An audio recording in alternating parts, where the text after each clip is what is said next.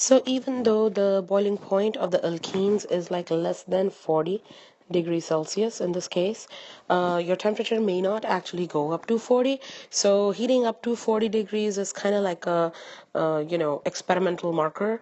You will see around that temperature, in the beginning, as we were talking, the round bottom flask, the vapors will rise. They're going to go through the short path, and it's going to go through the receiver adapter.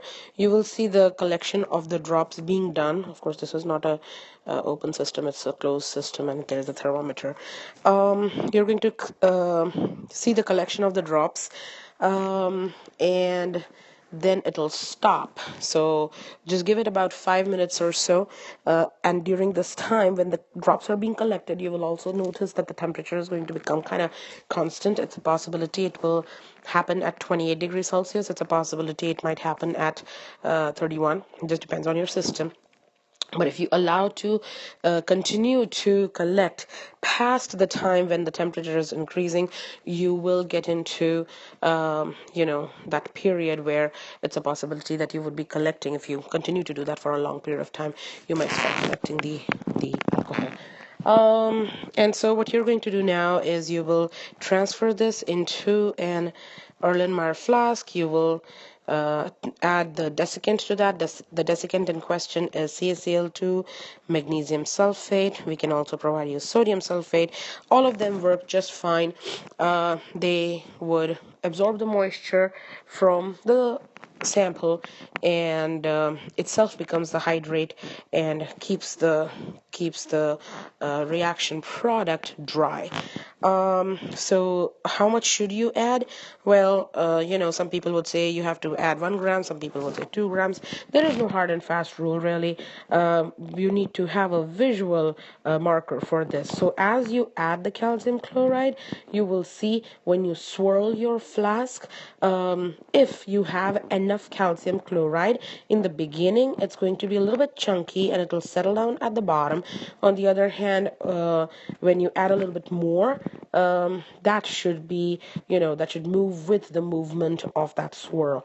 So that will tell you that it did grab moisture from the solvent, and there is enough. You saturated the system with the desiccant. That is why it is moving with the movement of the marker. If you see that in the beginning you just added a pinch and it's moving, that's just unsaturated. You need to add more. So you have to do it in lots to be able to figure that out.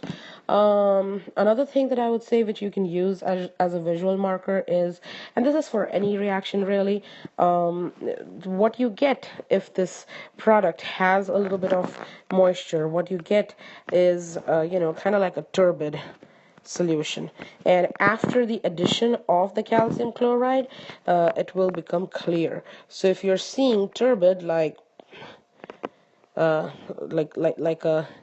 murky, a translucent type of a solution, and then later on it just clarifies, that's a sign that the water has been removed. At that point of time, once you're satisfied with your sample, what I want you to do is decant it into a tiered beaker or Erlenmeyer flask. It should be pre-weighed, and you're going to transfer that. Decantation, like we discussed day 1 of class, is just simply that you are going to transfer, just tilt it enough that only the liquid moves and the solid stays behind. And I would use, I shouldn't be drawing a beaker. I would use an Erlenmeyer flask for this, or a round bottom flask for this, just because it's a low boiling material. So unless you have a stopper, it's going to evaporate and your yields are going to suffer. At that point of time, you should also calculate the yield. Of course, you saw in the reaction that I discussed that you have the OH, you have the alcohol, and we are losing that molecule of water, and you end up with a double bond. So please notice that you started with 5 grams of material. You will have to use the molecular mass of the alcohol to get the moles. Of course, the ratio is 1 to 1. So you'll use the stoichiometry, and then you'll have to multiply that by the number of by the molar mass of the alkene to get the theoretical yield. And as always, actual divided by theoretical times 100 gives you a percent yield. If you're still curious about it, talk to me. There is actually a file in lab related documents that shows you exactly step by step what to do so you don't go wrong. But take the time to go over that, and that'll be it. You would essentially take a GC. As far as the conclusion goes, you're going to take a GC. You will discuss the GC. Let's write that as well. Conclusion will involve GC. IR, I will provide you the IR of the starting material, and you will take the IR of your product, and of course you will do the comparison. You will label, you will put down the structure on that, and there will be a chemical test. Chemical test and a percent yield is what we are reporting. Let's talk about the chemical test. That's the last bit of this experiment. It's a fairly simple thing. We have studied in class that alkenes react with KMnO4, and that's the test that we are going to do. You'll take 2 test tubes. In one, you're going to add 3 drops of the starting material. You will add just about half, 0.5 to 1 milliliter of acetone to dissolve it.